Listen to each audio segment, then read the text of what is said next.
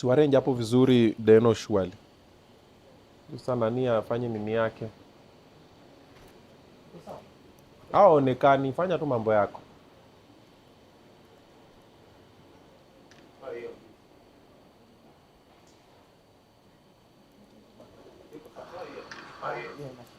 One, two, mic check, one, two, mic check, one, two, mic check. Mic check, one, two. Sound iko sawa. Kwani watu wenye wanasema sound nyinyi muna nini nini wapi?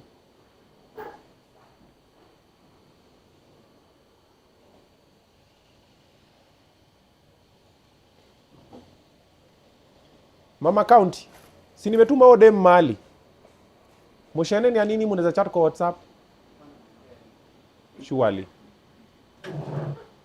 Nimependa umbea.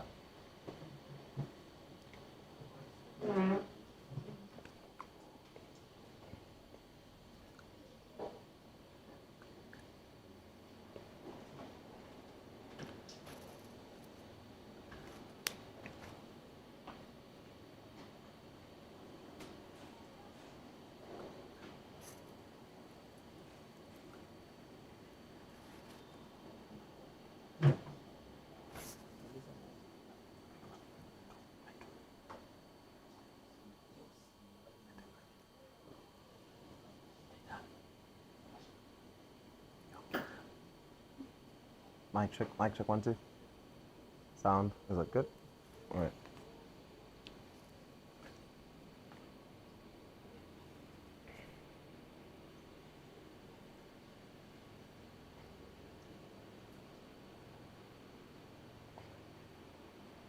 All right, let me start bigging you up. My shout outs zianze kukamsa. Niambie una tune in from where? Niambie you are tune in from where? Niambie una tune in from where? Kwanza nikusalimie.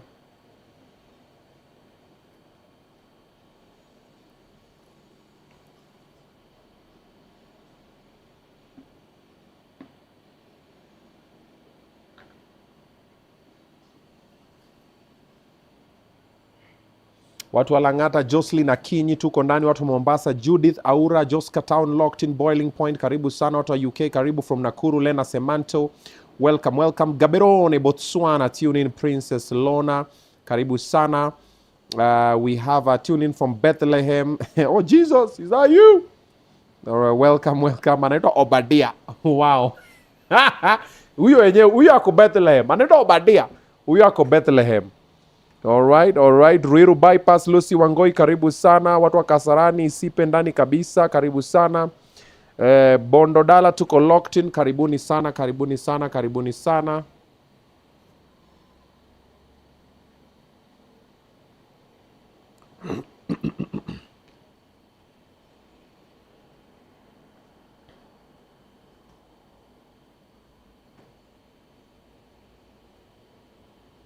Watu wa Dheka, Kim's TV, karibuni sana. We're 700 people watching the live. Let's get it to a decent number, then we can begin. Taita Taveta in the building. That is Munguti Lucia, karibu sana. Watu wa Kisii, Edwin Nyataya, nimekuona umetokelezea, karibu sana. Karibu gaki. Umepata bundles, karibu. Mkurwe ini, tuko ndani. Charles Michira, karibu sana. Australia tuko ndani. Kimathi Kevin, karibu sana. Laikipia na Nyuki, Phyllis Neymar, karibu sana.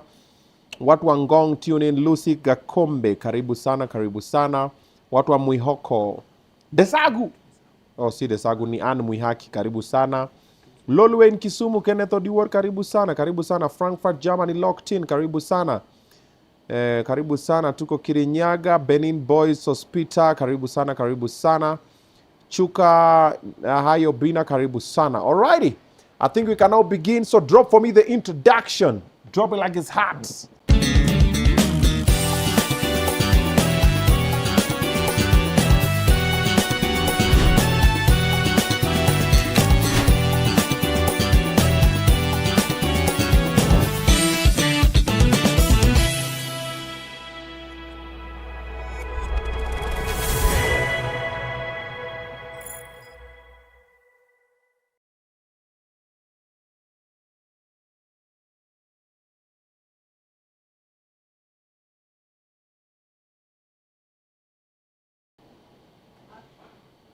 Alrighty, there you have it. So welcome once again to Obinna Show Live. Motivation, inspiration, and sometimes intriguing conversations. Coming live to you from Samaki on Othaya Road, best joint to come and sample yourself some seafood while you listen to jazz music. Alrighty. Suti zangu zimetoka pale HLM. Wako wapi? They are at Shujaa Mall ground floor. Hapo nyuma ya duka unauza simu, hapo ndio HLM wako. Is just opposite Adlife Plaza in Kilimani. Alrighty, for this particular episode, this gentleman, I've been told not to interview him. Nikambiwa watani cancel, wakaniambia watanisalimia, wakaniambia watafanya kila kitu, au usimlete hapa, usimlete. But here we are. Na nimemleta na huyo mwingine tena pia nikamwambia huyo mwingine pia ni gaidi, huyo pia ametugeuka, ametuacha tumeingia kwa ground peke yetu, hayuko na CC and everything. So ladies and gentlemen, introducing Kasmuel McOure. What's up, my G? Brother. Unoga na perfume? Yes. I like it. Nilisema kama si ile ingine ya serikali, hata mimi nitumie hii. How you doing? I'm all right. Uko fiti? Could be better, but niko. The most hated person in Kenya today. Let's go. And yesterday. As it should be, man. Hey, bro. Yeah. Nakwambia, I've seen what is happening since you gave your speech. You're seeing things online. The things that I'm seeing on my phone. It's beautiful to watch. Text.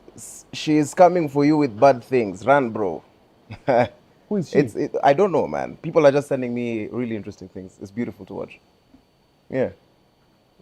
Wow. Yeah, internet hakuna kitu bana.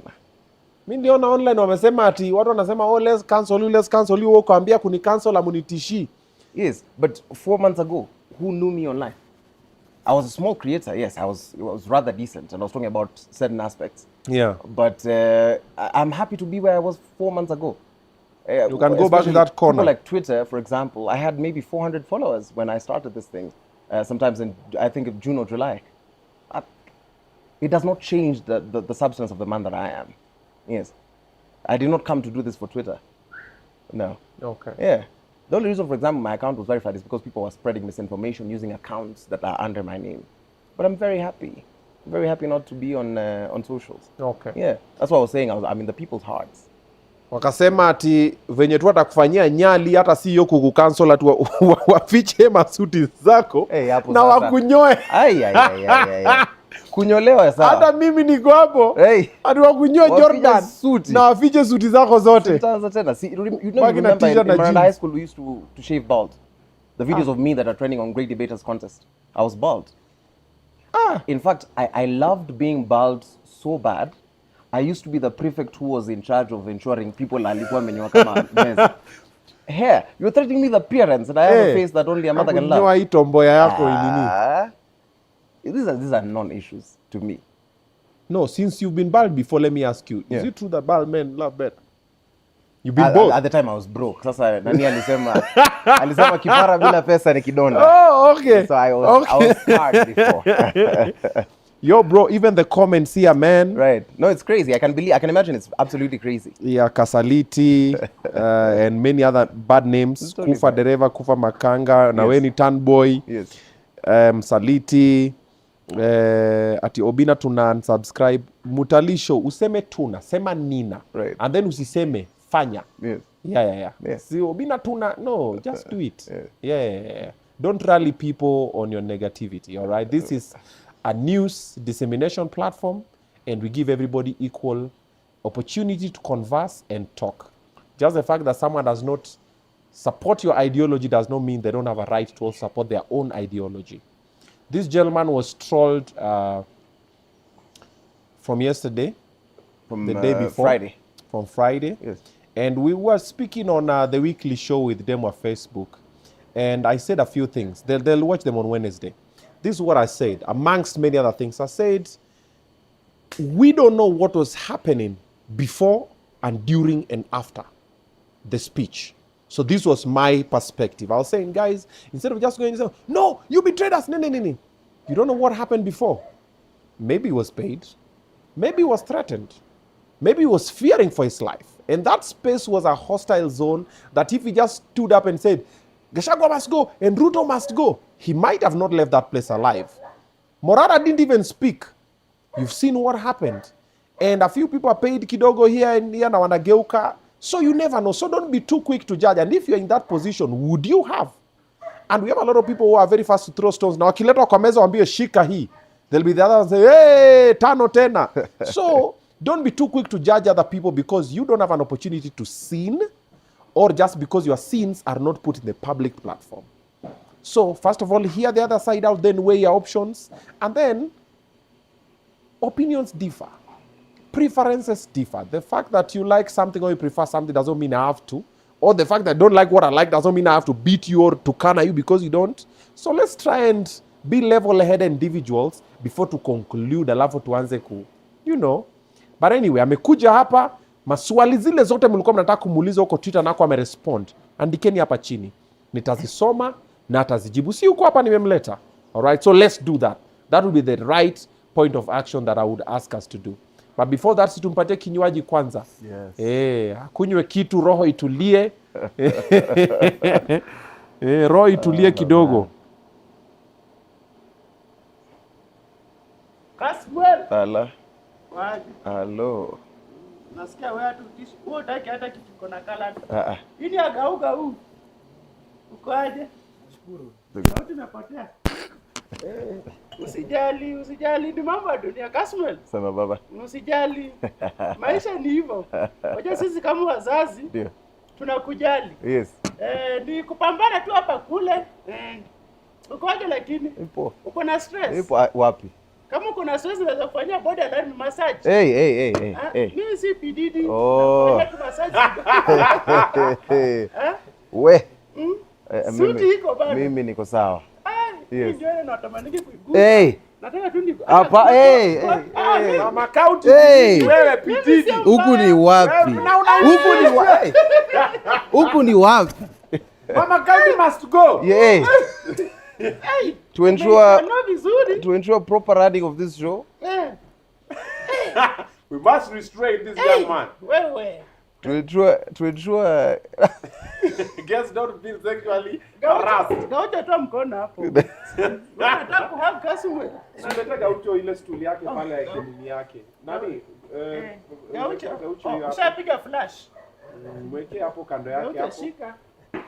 Enjoy. Sasa kiumani. Bye bye. Asante. Ndio maji yako. Asante sana. Ikikulemea unaongeza.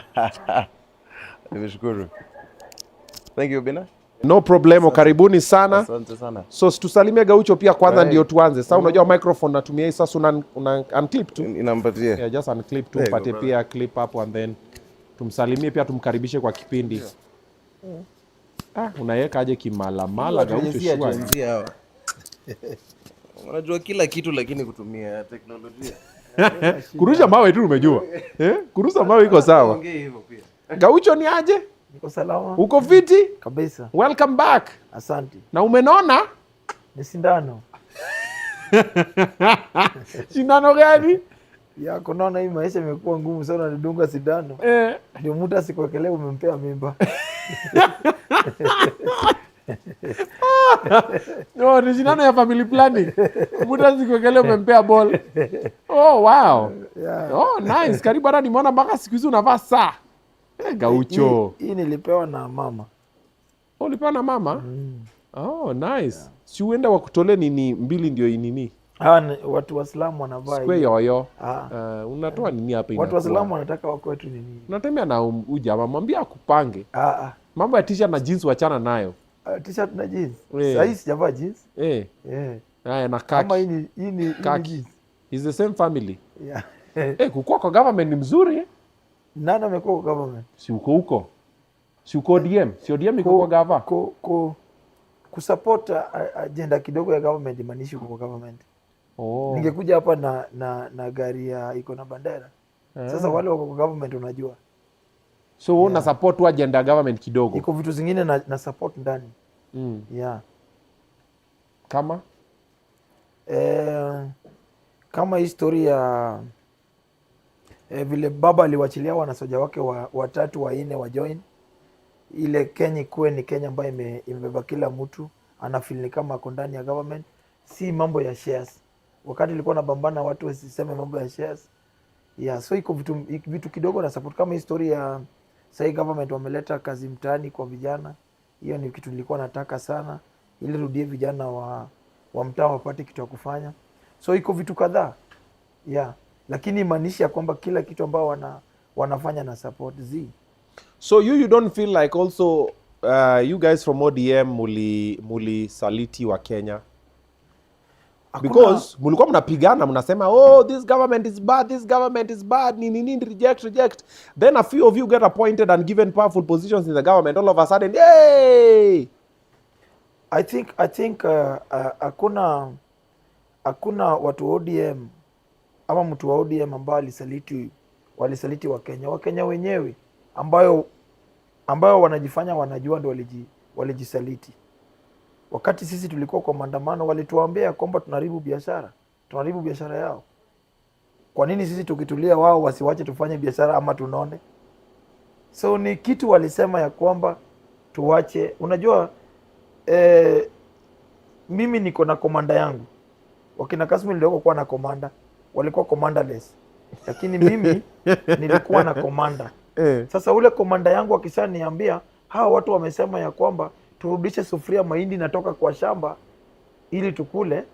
Sasa tunangoja hiyo mahindi. So I think hakuna Wakenya tulisaliti. Wakenya wamekuwa wakijisaliti since independent mpaka leo. So iko watu wengine wanaona ya kwamba mambo ikienda vibaya kwao sisi Wakenya tutoke. Lakini sisi ikienda pande yetu mbaya sisi tuwache watu wafanye biashara. So hakuna Mkenya tulisaliti. Ni Wakenya walijisaliti siku ya uchaguzi. Na tukajaribu kuambia ukweli ya kwamba system si mzuri, tutokeni nje tuwalalamike mambo ya IBC, mambo ya cost of living, mambo ya kazi, vijana hawana kazi. Walisema turudi kwa nyumba, tuwache kubeba sufuria na mwiko kwa njia, tukarudisha. Tukisharudisha tena wakatoa wakina Kasmuel tuanguke naye. Sasa pia naona pia Kasmuel ndugu yangu pia halali. Wakenya ni wale tu, ndio maana Yesu Kristo amekataa kurudi. Ni wale tu. Hata ukifanya nini? Sasa unaona we are in a good place. Hata kama tuko in good place, ni Wakenya waanze kufunguka macho na kufunguka akili, especially youths. Okay. Waanze kuacha lawama mingi na tuanze kufikiria vile tunaweza kuja pamoja na tuanze kufocus mbele. Lakini hata sasa tukipigana, unapigana na uchaguzi si kesho sana. Ni sasa Kasmuel mali huko, wale vijana mali wako au watu wa Gen Z na sisi ambao tunasemekana watu ODM, vile tunaambia vijana maana ya kuvote na maana ya kuchukua ID. Lakini hata leo nikipigana utapigana na watafanya tu. So kuweza hii vita yote ni nini? Ni kuchukua kura na kungoja kuvote. But okay. Sisi sema ya kwamba tuko poa kwa sababu iko vijana wamemaliza shule hawana kazi. Sisi vijana wote Obinna wewe huwezi fanya kazi mtani na suit. Iko vijana wale wamequalify kukuwa ministers, kukua kwa prostatal chairman na nini. So iko mambo vitu mingi baada ya haijakuwa vizuri, but na hope ya kwamba itakuwa vizuri. Wakenya wakijielewa. Did you go for the public participation for Gachagua's impeachment? Sikupata nafasi ya nilifika. Yes or no? Nilifika, nilituma wanabunge waende. Kwa nini sikukaa ndani?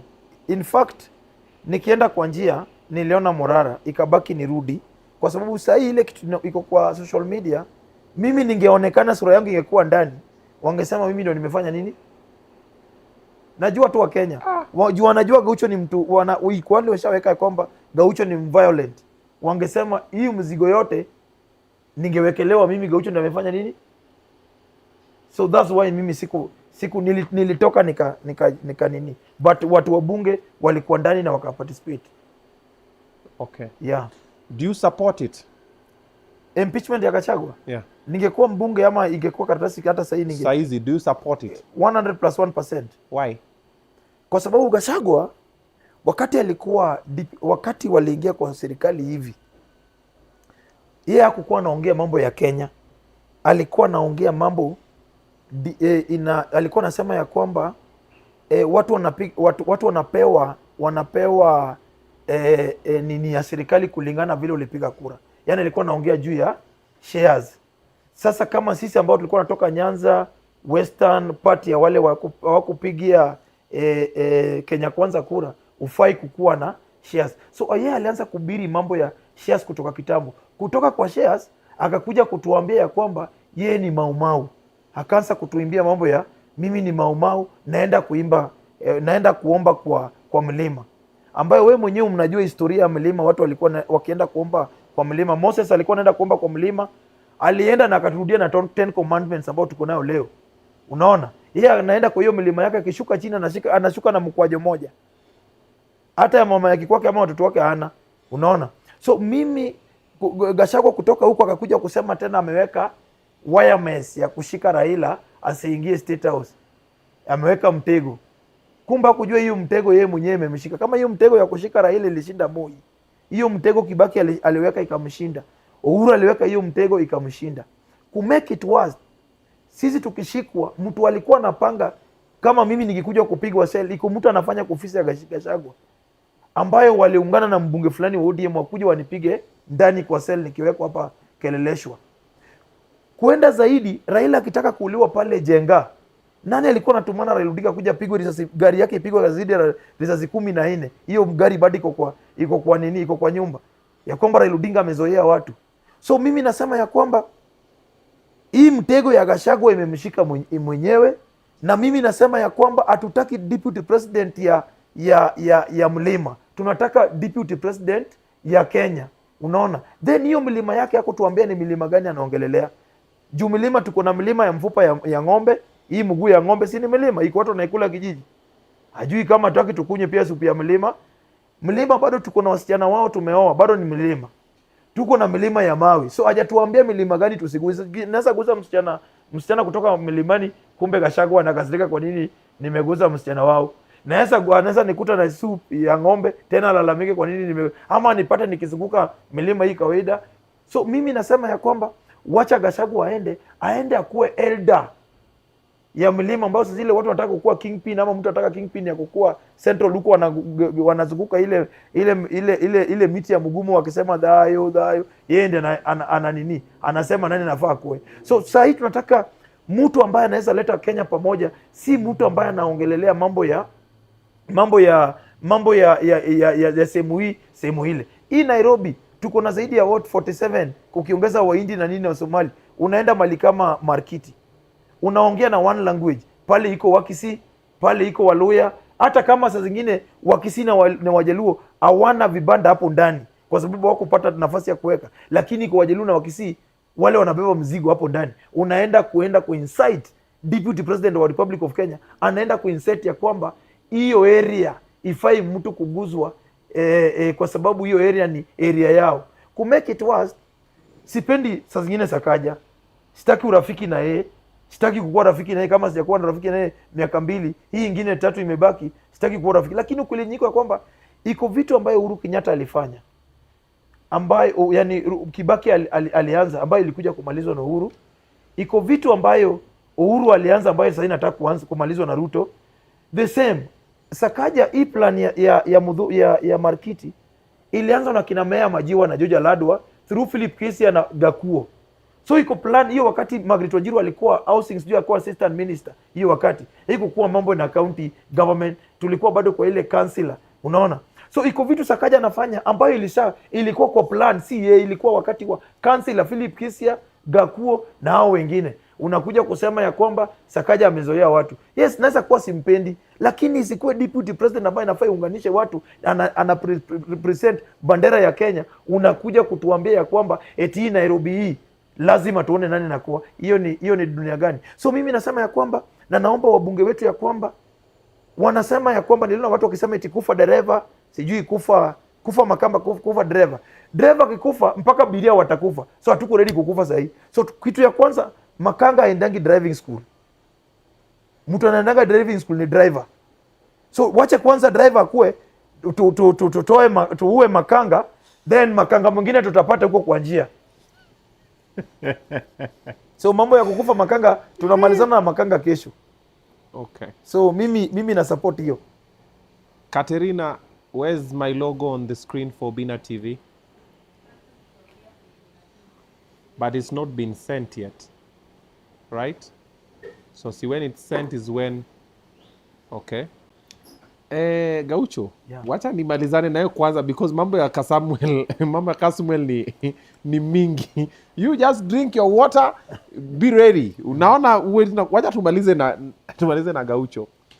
Those things you've said about Rigiji, can you prove them? Ama they are alleged? Bro, bro, nafikiria kwa maandamano zote imefanyika Kenya, hakuna mtu ameshikwa sana kuliko Gaucho. Okay. Na hakuna mtu amefrustrated kuliko Gaucho. Hata hao wengine unapata nini. Hao watu hakuna mtu amepelekwa sela alafu naletewa watu zaidi ya 60. 70 wameletwa usiku wakupige uombe msamaha. Na wanakuambia vizuri omba Gachagua msamaha. Hao vijana nani wamewanini? Unaona? Kumeki tu hiyo siku nilikuja kujua ukweli. Iko mali nilienda sitaja hapa.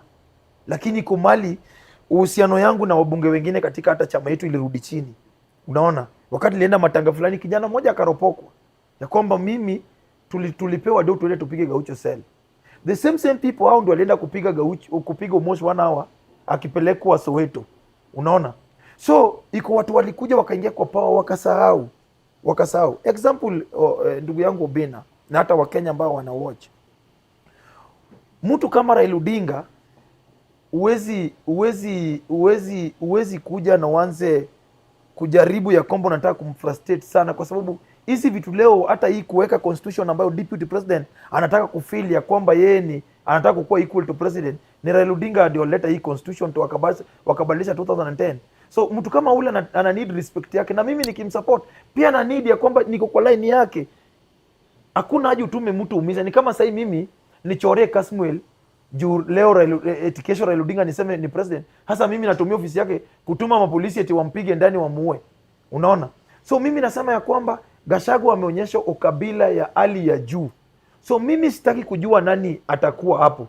Lakini mimi naomba Mwenyezi Mungu kama napenda Kenya na Wakenya wanapenda Kenya, wakubali Gachagua aende. Hata nilishangaa vijana wa university eti wanasema Gachagua eti arudi. Gachagua anaenda kwa graduation ya university. Anawaambia kama amevaa zile kanzo kama ya Lejo Maria ya kwamba kazi hakuna Kenya. Kenya kazi yenye iko sahihi ni ya mjengo. Unaambia kijana wewe ni deputy president ambao unafaa hata kama unajua kazi hakuna, uwapee hopes. That's why watu wanaenda kanisa ili wapate hopes. Unafaa upewe hopes na kanisa na leaders ambao wako kwa inchi. Na kama leader wako ambao wako kwa inchi anakuambia kwamba umevaa hii nguo inakaa kama Lejo Maria, umesoma zaidi ya 7 years 10 years, alafu mtu anakuja kwa hapo deputy president anasema mjue ya kwamba msivaa hizi nguo ndio nafikiri Kenya iko kazi yenye iko ni ya mjengo. Hatuonyeshi kama msichana wake amebeba mawe, hatuonyeshi kama kijana wake anakoroga, hatuonyeshi kama kijana wake amebeba mchanga. Unaona? Yes, tunajua iko challenges in Kenya, but ufai kuenda hasa kama mtu wa university ushaambia kwamba kuna kazi kwa ya mjengo, na Gaucho ambaye alienda kidogo hapo kizungu yake ni ya kuchanganya ya reggae ya culture nini, utamwambia nini? Utamwambia sasa kunywe sumu? Okay. So Gachagua ana deserve kuenda. In fact jana nilishangaa akisema ya kwamba anaomba msamaha. Mimi nasema ya kwamba ni ukweli, tulisikia jana deputy president akiomba msamaha, but iko msamaha 3 ya maana sana ambayo akiomba itakuwa ni kama close to ameomba karibu na Mungu pia. Msamaha ya kwanza aende kwa Mama Ida, aombe msamaha kwa kutuma vijana wakati wa maandamano, kutumia wabunge wengine na ex governors kuenda kwa kampuni pale Raila Odinga mama kuangi kwa siasa. Pale ni mama anakuanga pale kwa gas, pale inspectorate pale industrial area. Unatuma vijana eti waende huko, eti waende waingie kwa kampuni ya Raila waharibu. Wangepata mama yetu Mama Ida huko, nini ingekuwa? Ni vile tu vijana wa mama kuna vijana wengi tulifika kama wameenda. Unaona? Watu wanatuma tena wanaenda kwa nini ya Uhuru Kenyatta. Wanafanyia mtu kama Mama Ngina ambayo watu wameanza nchi hii madharau. So mimi naambia Gachagua, umeomba msamaha tumekusikia, lakini omba ya mama hata kama ni mzuri uende, kama uko huko uende useme hutawahi rudia, ilikuwa mistake ulimake, enda kwa Mama Ngina omba msamaha, enda kwa Uhuru Kenyatta pia uombe msamaha. Sasa kujifanya tu tunaomba msamaha eti president Ruto akusamee. Ruto hakuna kitu, hata kama ulimkosea, iko watu ulikosea mapema. Na hiki tunafanyikia Gachagua, inafaa ikuwe lesson kwa wale watakuja kuchukua president ama watakuja kukua kwa power, kwa sababu leo huko una frustrate Obinna, kesho Obinna ako kwa nafasi nyingine ya kufrustrate wewe. So saa hii ni Gachagua lazima ajue ya kwamba, na nasikia uchungu watu wakiweka bado baba kwa hii story. Ni story yake yeye mwenyewe alimes akienda. So wacha abebe mzigo yake. Na ikuwe lesson kwa watu wengine ambayo ukifanya kwa ofisi ya Mungu unataka kufanya vitu mbaya ili watu waone ya kwamba wewe ndio unajua kulinda hiyo serikali kuliko watu wengine. Biwota alikuwa hayuko leo. Jose Saitoti alikuwa, na kuna mtu tulikuwa nasikia shule tunajua mtandao total man alikuwa mbaya sana, hayuko leo. Tulikuwa na Jose Saitoti, tulikuwa na Mchuki ambaye alifanya Central, hakuna vijana leo. Wengi ukienda Moranga wapi ni Mungiki, hayuko leo. So my friends, asile uko kwa power lazima ujue, lakini kwa watu lazima tu respect mtu kama Mama Ngina, mtu kama Mama Ida ambayo bwana yake amesafa 9 good years. Mama Ida akikaa nje bila bwana. Gachagua kitu alikuwa anafanya hiyo wakati alikuwa dio ya kumwagea wa Mama Busa na Changa na Moratina. Uwezi compare mtu alishikwa kwa sababu ya nchi. Hata hizi vitakuwa kina Kasmuel wanapiga, hata mimi napiga. Hatuwezi fika quarter ya Raila Odinga zile vitu alisafa. Hao walikuwa wanachukuliwa wanawekwa kwa maji, nyati au unawekwa hapo unakaa kwa maji 4-5 days. Wao watu wanakuja kukupiga na wanakufunga macho. Sisi tulikuwa napigwa tu kidogo, unapigwa watu kilia, unaona mtu anakupiga ni huyu mtu anakupiga, ule mtu anakupiga umekaa kwa maji. Unaona? So my friend, lazima hii kuwe lesson ya kwamba mtu yote kama uko kwa power ama leo Obinna uko hapa na TV yako, usifrustrate watu wengine ya kwamba kesho hawezi fungua channel nyingine. Unaona? So una deal na watu ukijua kesho unaweza kosa kukua. Sonko alikuwa powerful. Hakuna mtu alikuwa na influence kuliko Sonko. Hata leo Gachagua hawezi fika kota ya Sonko kukua influence. Hata leo Sonko akimaliziwa kesi leo aambiwe chukua ticket ya governor, hakuna mtazawai Sonko. Hata funguliwe leo aende Mombasa ama Machakos, hawezi, hakuna mtazamu nini. Lakini siku ali withdrawiwa support nini, si anakuwa usiku akisema tap tuma gift kwa live. So Gachagua pia kesa na John watu hapa kwa tap tuma live. Okay. Yeah. So you want Gachagua to go? Wakenya wengi, si mimi peke yangu. No, let's talk about you. Mimi nataka. Leave Kenyans. Mimi nataka kwa sababu Gachagua kabisa. Aya, who do you want to replace him in that position? Mimi upande yangu, who is your most preferred candidate? Mimi upande yangu sina candidate, but mimi upande yangu nilikuwa naona ya kwamba President William Ruto angeweka kitu ambayo watu wataraji, kwa sababu Kenya hii imekuanga ya kwamba eti Kalenjin wakiungana na watu wa Mount Kenya, hiyo ni president. Wajaluo wakiungana na Kalenjin, hiyo ni president, ama wanaweza kuwa opposition. Angechukua mtu kutoka Kisii ama Coast, ili tabia ya kwamba lazima Wajaluo ama kama Mkalenjin ni president, deputy ni kutoka Mount Kenya, kama Mount Kenya ni president, mtu kutoka Rift Valley ndio deputy. Hiyo ujinga inafaa itoke, ili Mijikenda, watu kutoka huko Mombasa Mijikenda wafili ya kwamba hata sisi tunaweza kuwa deputy president. Achukue Mkisii, achukue mtu wa Mijikenda ama wa Meru ama Embu, ama chukue Basata. Ni vile tu sasa Masai watasema Ruto anatoka Rift Valley ama, lakini hata Masai ama chukue mtu kutoka kwa Kinonyangapu huko Turkana. Iwezi kwa, so mimi nasema ya kwamba Ruto make decision, kila mtu atastuka. Hii mambo ya tibada nakaa eti akichukua Anne Waiguru, acha vile wengine wasema eti Anne Waiguru akue deputy president. Na hata yeye mwenyewe hajatuambia mama wa saloon alitajirika within 2 weeks. Mama wale ananyusuka watu hivi, alikuwa anabeba pesa na gunia, amekuwa tajiri. Leo watu wengine wanamuendosi ya kwamba eti mama kwe nini. Kama ni mama, iko mama ambayo wako na integrity. Tuko na mama bado wametoka university juzi, tuko na wasichana wametoka university. Hatuwezi kuwa ya kwamba every election tuna empower watu wasaji empower. Tunaweka watu tayari wako na pesa, washa make mali, ndio tunazidi. Waende kama ni university, waende hapa iko wasichana wako na integrity. Kama ni lazima ni mama, wachukue msichana fulani ambaye akaunti yake kama ni M-Pesa balance yake iko na hata kama ni 100,000, apewe hiyo nafasi pia enjoy kukua deputy, ili inue vijana wengine, na vijana wengine pia wakuwe na kile kwamba naweza kuwa deputy president. Ama waende kwa university. Huyu Kasmuel ndugu yangu ako na kizungu mingi, hii kizungu yake badala wote nayo jua hapa, apewe basi hiyo nafasi ya kuwa deputy president. Wampe, ama wape, iko vijana wengi sana, hata kina Boniface Mangi wape. Si zikuwe tu ya kwamba wale walianza system ya Moi, juu system mingi ya Kenyatta wengi wao wamekufa. Wale tuko nao sasa bado ni ile system ya Moi ndio bado tunafuata. Tutafute generation nyingine pia ambayo wanakuja sasa wapewe hiyo nafasi. So mimi private mimi nipiganie mtu tarasa make president, niseme chukua governor fulani, chukua sijui nani fulani, hapana. tuko na watu. Kwani Obinna wewe sinaona ukienda kwa hizi manini unaongea na Kizungu. Kwani wewe kwa nini Ruto make tu nini? Uache mtu kijana mwingine akuje anini hapo wewe kuwe deputy president. Juu hakuna mtu shaiba vitu zake, hakuna mtu sha nini. Hizi scandal inakushika hii ya wasichana inashika, ilianza kwa Biblia. Imeshika hata David. Yesu peke yake ndio scandal ilijashika. Kwa nini wewe usipewe nafasi ikuwe deputy president? So mimi sina nini, but mimi naomba wapee mtu mwingine kama si kijana, then tribe nyingine ndogo. Okay. Yeah. So in conclusion, yeah.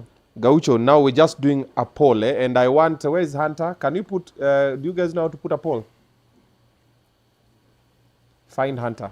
Haya.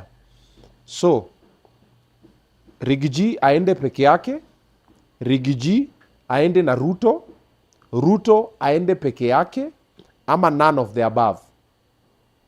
Wewe unataka gani, Gaucho? Rigiji aende peke yake. Rigiji aende peke yake. Then tuangalie driver vile anaendesha gari. Rigiji akishaenda, nafikiri tutamsaidia kutengeneza engine. Wacha the semantics. Simple. Rigiji aende peke yake, Rigiji aende na Ruto, Ruto aende peke yake, ama none of the above. Rigiji aende peke yake, Ruto abaki. Ruto abaki. So you want Ruto to remain, aendelee kutuongoza. Unaona under the leadership of President Ruto tuko sawa, according to you? Sisi tuko sawa sana, lakini shida yangu inatoka mali pamoja tu. Kwa nini unajua tukiangalia history nyuma, wakati Kenyatta akikufa, Moi akachukua uongozi, watu walijaribu kupindua Moi, kuchukua Moi, sasa kutolewa. Juu walipewa Moi uongozi, wakina Njonjo ndio waliweka Moi uongozi wakisema Moi ni mjinga. Then wakati walikuja kurealize Moi ni mwerevu, wakajaribu kumpindua. Kwa nini wakati wa Ruto ndio kila mtu anaona ya kwamba shida iko Kenya hii? Ndio kila mtu anasema Ruto ameua watu wengi. Hata Uhuru alipeleka watu wetu Yala. Watu wengi sana walipelekwa Yala. Hatukukuwa, kwani wakati kukuwa na jensi, haikukuwa na watu wa maandamano. Ni mzuri tunamwambia kama president, hii na hii si mzuri. Lakini the same time lazima tujue hii nchi lazima ibaki nchi, kwa sababu leo hii tukisema ya kwamba tutoe Ruto na vita. My friend Obinna, mimi natoka kwa tribe ya Wajaluo. Wajaluo baba ndiye amekwanga akiwa control. Leo wakipata support ya watu kama Rift Valley, na wapate support ya Waloya, na wapate ya Kisii, na wakuwe na bunduki, Kenya hii haitakuwa Kenya. Na the moment Kenya Rift Valley isema ya Kenya si Kenya, watu wa Nyanza waseme hivyo, then Mombasa hapa mnakumbuka LRM ilikuwa inaitwa RMC, walikuwa wanasema Pwani si Kenya, pia wale wasema eti Mombasa si Kenya, then Kenya itakuwa nini? So mimi nasema ya kwamba Ruto anaweza kuwa mbaya, uongozi vizuri, but ni youth wenyewe wachukue votes. Unajua shida ya vijana, wakati wa kura unapatia usiku wameenda Quivers, anakuja asubuhi kura ikipigwa, Obinna ndiye ilikuwa candidate yake, anakuja anapata line refu, anasema wacha nene lale kidogo nirudi. Anarudi saa 11 kama kura inahesabika. Anasikia Obinna anaenda kushindwa, anaanza kusema eti tuharibu. Sasa ni vijana wenyewe wachukue kura. Hii mambo yote vijana wanafanya, hata kina Kasmuel hizi vitu wanafanya nini. Story ya maandamano sasa isaidia. Ni waende kwa mtaa, waende kwa university, waambie vijana umaana ya kuchukua ID na kura. So mimi kwa sasa hata kama Ruto ni mbaya, tungoje 2027 tukuje tuchague mtu tunataka. Juu tunapewangwa nafasi hiyo. Okay. Yeah. So that we're just clear. So according to you, the problem of this government is Gachagua. Siwezi mwekelea makosa yote. But ye shida yake imekuwa ni kuhubiri tribe life. So you are assuming that if Gachagua gets out of the picture, Kenya itaenda vizuri. Sijasema Kenya itaenda vizuri, but ukabila. Ukabila. So unataka Gachagua atolewe because yeye ni mkabila. According to you. Aongei mambo ya deputy president, si deputy president ya Kisii ama ni ya Kenya. Okay. Yeah. Aya. That has been Gaucho. Those are his opinions. Okay, they are not opinions of this show or myself. Alrighty.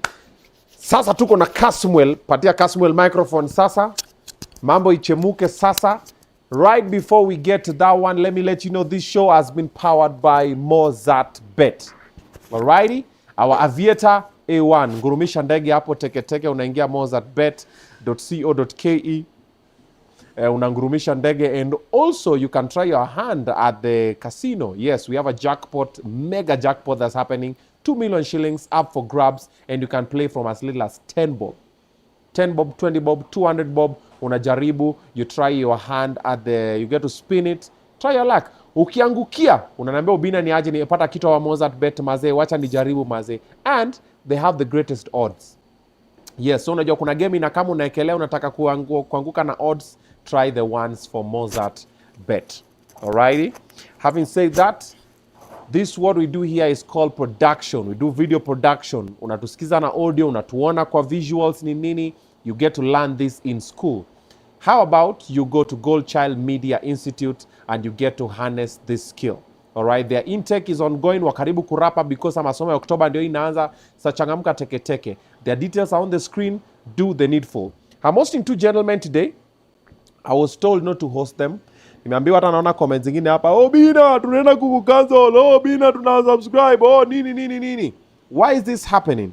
Because last on Friday, it was on Friday, there was a public participation forum for the impeachment of our current Deputy President. And mambo ilichemuka. And one Kasmuel McOure went and did a speech, and a lot of you guys did not like it because it was not what you wanted him to say. And since then, he's been receiving a lot of backlash and a lot of heat. And one Gaucho was not seen there doing the public participation. And also, he's been a bit silent kidogo kwa what is happening. Watu wako like, ai, kwani huyu kunendaje? Since a few of the people from his party were given some powerful positions, wakenda wakanyamaza. So sorry ziko zile za, kwani kuliendaje? Kwani what happened? So most of them were having a conversation. Now we've just heard from Gaucho, tumesikia ideology zake, what he prefers. Now we have Kasmuel McOure, the man of the hour, the myth, the legend, Tomboy Mwitu. You've seen that name? I've seen it, man. What a Tomboy Mwitu. I've seen it, but you know, I think it's actually really nice if that's it, because I never wanted to associate myself with that tag. I just want to be myself. So if it's a clone or whatever, then that means it's a bit of authenticity to myself. Okay. But also it could be high praise, because why would that be the reference? Yes. Why not any other person? Yeah. Shape ya nywele. Yeah. Whatever it is. Uko na Peugeot 544. Niko na Pro Box. Uko na Pro Box. So, how have you been since Friday? Salama. Umekukilala wapi? Hapo afande. Afande please. Umekukilala wapi kijana? Wanasema mkutafuta kwako hakupati? Demi yako niliona hapo alikwambia ati stima zimepotea. Nikamwambia tuma haraka. Kulipo kazi Kenya. Man. Wamesema kutoka nini? Kutoka last week Friday wanakuona haupatikani, ma interviews tu uko ndani. How are you taking it though? Because Alama, as I've always been. Okay. Yes, because you know, for me, this period has always been ebb and flow. Yeah. Ebb and flow. It's never been, it's normal. It's just that now it's up to scale, but it's nothing new. Okay. Right. Okay. You've seen the hate on social media. I have. Are you planning to get away from social media? I don't think so. Okay. Yeah, it doesn't warrant it. Okay. Yeah, I've not seen anything substantial or substantive that would make me want to leave social media. Okay. I mean, if it gets to a point where I feel like social media is useless for me, then I'll exit. But for now, it still works pretty well for me. A lot of people didn't want me to host you today. Right. Do you think I made the right decision? I don't know, man. I'm gonna get cancelled because of you, bro. I'm gonna get cancelled. You're gonna give me one of your suits, bro. I want your suit. I want that tie. I want your cologne, bro. Let's go to a look, man. Yeah. I don't know. You'll tell me after the end of the interview if you made a good decision. Nah. Yeah. Only God knows. Only God knows. Only God knows, bro. Right. You know, our future is written by only God. Yeah. So you're here. So let's address the elephant in the room. Right. You were bought. No. What happened? No, I have not yet been bought. And you were coached with a couple of people, according to what they are saying. Right. You were coached. Someone called you their son. Then they saw you with Robert Alai. And then somehow you are being spruced up somehow. Then when you got on the podium, you said a couple of things that are going left instead of going right. And a lot of people are like, sellout, traitor, Right. Right. So, let's paint a picture of that day, how the day was, what time you got up, where you went, who you met, until by the time you're speaking. Right. So I had an interview at, it must have been K24. I had an interview at K24. I had an 8 a.m. Okay. And we were speaking about the impeachment of the Deputy President Rigathi Gachagua. Okay. And I was on a panel with a guy called Kennedy and Dr. Isaac Hassan. Okay. And I was saying that the state of the nation was so bad as things stood, to the point where the interview felt like an echo chamber because we all agreed on whatever the motion was. And I remember when they were rolling the clips of the public participation, I was very curious. I asked... Just a minute before you continue. That is a very wrong poll that you guys have put. Delete it immediately. The poll is this. Do you support Gachagua's impeachment alone, Gachagua and the president, or none of the above? That is what the poll should be. Sorry about that. Yeah? Gachagua alone, Gachagua and the president alone, or none of the above. So put the poll over there. So guys, we have about 5,000 people streaming this live. So let's see, let's get their opinions on this one. Do they support the impeachment of Gachagua alone, Gachagua and the president alone, or none of the above? Please continue. All right. So you're at K24? Yes, so I'm at K24 and they're airing the public participation from different counties. And I kept on asking a very curious question. I was like, has Nairobi begun? Because it was towards 10 a.m. Yeah. And I wanted to know what Nairobi public participation looked like. Then I asked, I actually remember asking, are you guys streaming from KICC? And then Chacha, the presenter, told me it's been moved from KICC to Bomas. Then I went to my Twitter and put out a tweet and said, I hear that the public participation has been moved from KICC to Bomas. We'll be there no matter what. And I said, we'll impeach both of these people. Yeah, then I leave the interview and I head over to Bomas. I actually had breakfast with a friend after, and then I went to Bomas. So the way I typically go to places, I usually believe that I do not need, for example, a bulletproof vest. I do not need security because the bulletproof vest I wear is the vest of my morality and what I think it is, my principles and what I stand for. Those are things that I'm willing to die for. At the interview, I remember when I was preparing for my K24 interview, I had this frustration asking, why can't we just deal with the entire executive? And I was not just speaking off the cuff. I did a lot of research, and a lawyer that I really admire, his thought process, the way he prosecutes matters, and the way he litigates, the way he writes, called Nelson Harvey. He had done an interview, I think, the previous day on Spice, and was outlining, is it possible to impeach both? And what does that look legally? What are the ramifications of Parliament? And from that, I concluded that based on what Parliament has raised, it is not currently possible to impeach both. And we would not have revoked that decision in the public participation. So I went to Bomas to add my voice because I am of the opinion that we need, if I'm getting one less demagogue, I am more than happy to drain the swamp. So I get to Bomas. I got there alone and I walked around. I found some youth. They were happy. And of course, unajua tu vijana wa Nairobi, wakisema, oh, kiongozi, sababisha, whatnot. Me, whenever I have money and I see people who desperately need it, I give it away. Then I got in, I met some people who looked like bouncers. I spoke with them kidogo. And so the crowd was charging, and it was charging towards the entrance. A lot of the entrances at Bomas were closed because by the time I was getting there, it was rather late, I won't lie. Then I tried an entrance, there was a long line, I couldn't make it. Tried another entrance, it was a long line. Then I went to, I don't know if that was the main entrance or whatever, because I started from the side coming all the way up. Met some cops, talked to them, told them, hey man, I'm trying to enter into this public participation and whatnot. And then I talked to another guy, he told me, okay, come, enter, go through this other side. So I go to the side door and I stayed at the panel. And at the time, I'm told that kumekuwa na vita ya watu ya Gen Z. And I was wondering, vita watu wa Gen Z wapi? I'm told that Morara has been beaten. I was like, this is not possible. Again, I had not met him. And I was not a Bombers for a long time. So I get in there and I find there's this bouncer-ish looking guy, and we talk, and I ask him, hey, what's up? And he says, hey, kuja side.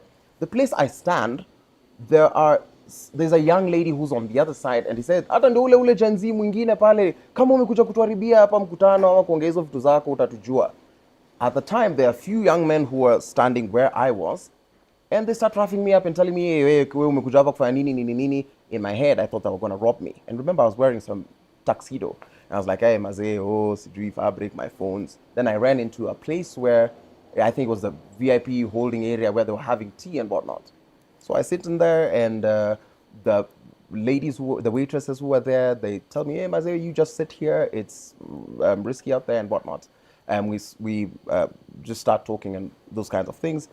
Then the MC comes, because I was asking myself, why are there people here and why are they still talking and what's the crowd like? And we start talking, and yeah, we had a great conversation. It's the MP Wakili Lodge for Madare, and we get talking, and I tell him I'm trying to leave the place because it's hella unconducive for me.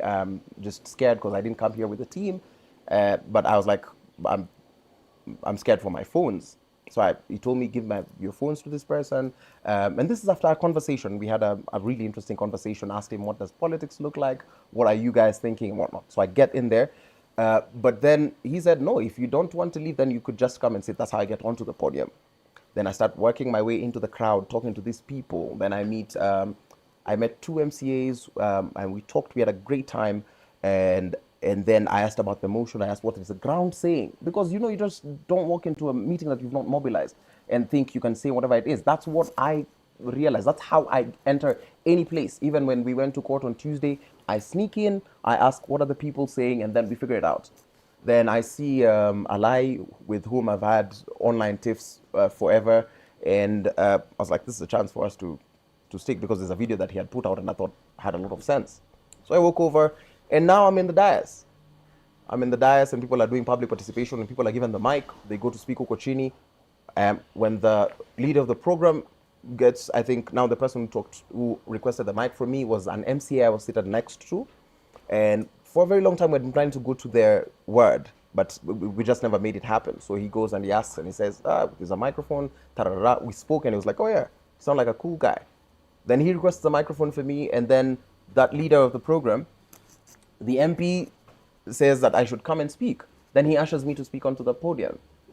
Now for me, I asked what the ground was saying, and I was told that we're here for Gachagua's impeachment. And I spoke specifically to that. And this is from research, but also from self-preservation, because now I'm in a den where I asked myself, why is there a full hall of people and people are not chanting what they've always been saying that they're chanting on social media?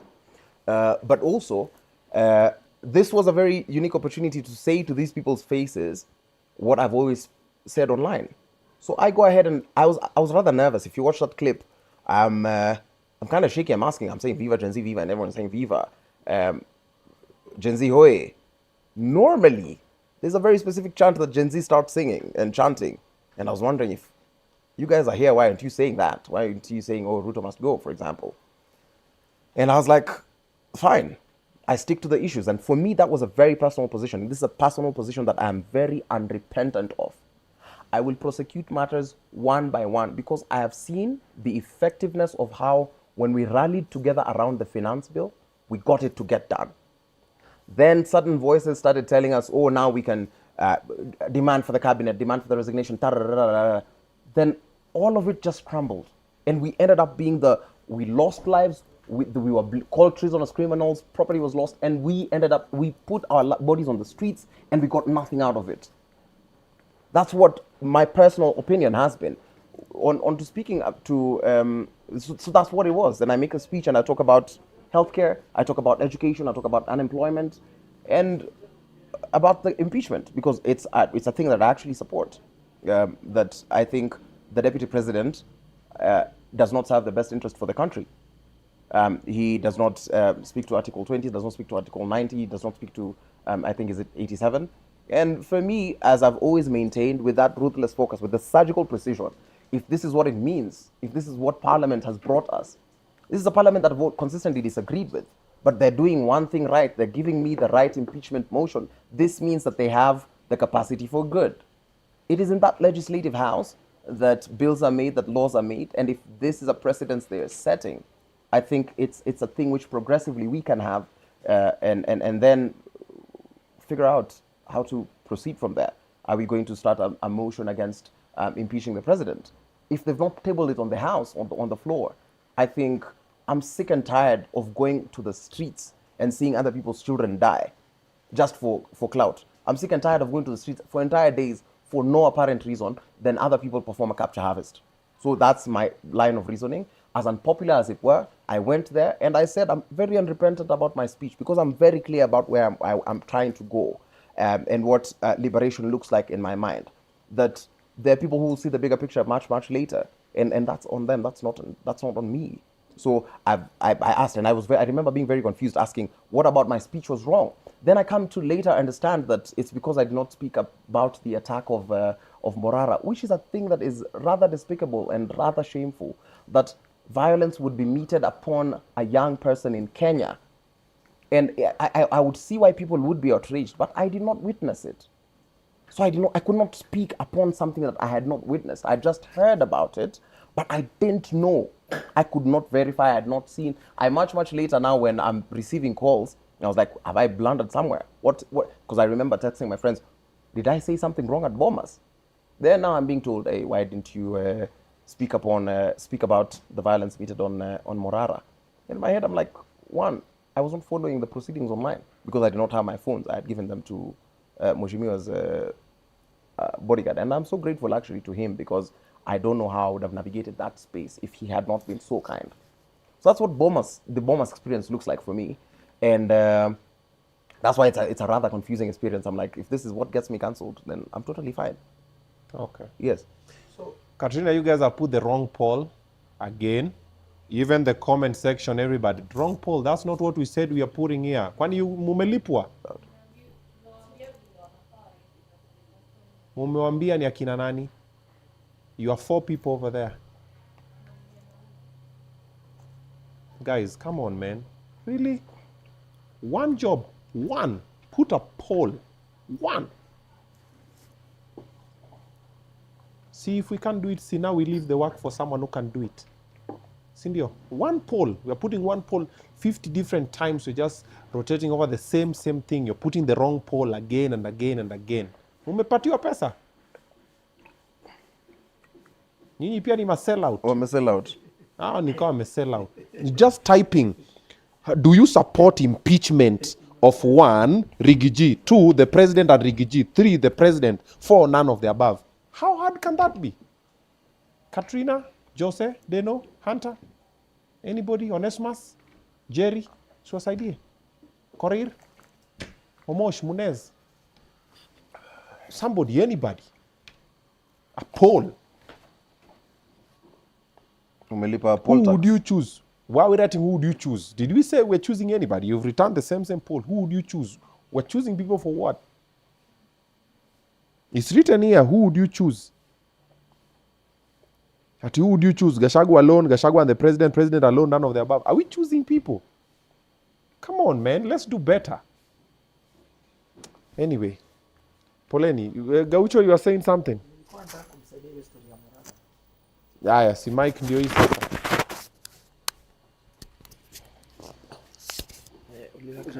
Bro.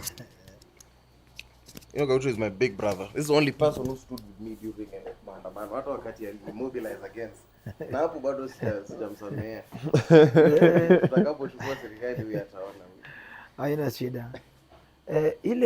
Ile kitu iko kuhusu hiyo story ya watu niliona, mimi Kasmuel namchukua kama kijana mwenzangu ambayo pia anajaribu, tunataka leaders wengine pia. So mimi ile kitu tunaweza kuwa different teams, but ile kitu tunafanya mimi nafurahia. So hii story ya Morara, siambia huyu jamaa atafagia baadaye. Now is when ana decide kufagia. Kwani today everything is just going wrong. Now is the time ya kufagia, really?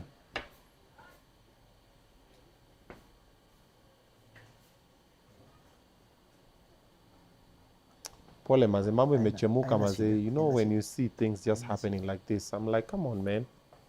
Roba, so you saw that story over there.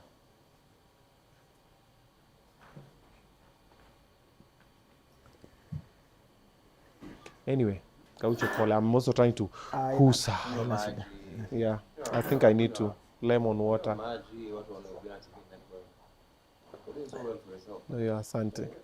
Yeah, but when you're doing well and other people are trying to jeopardize it, yeah, it's fine.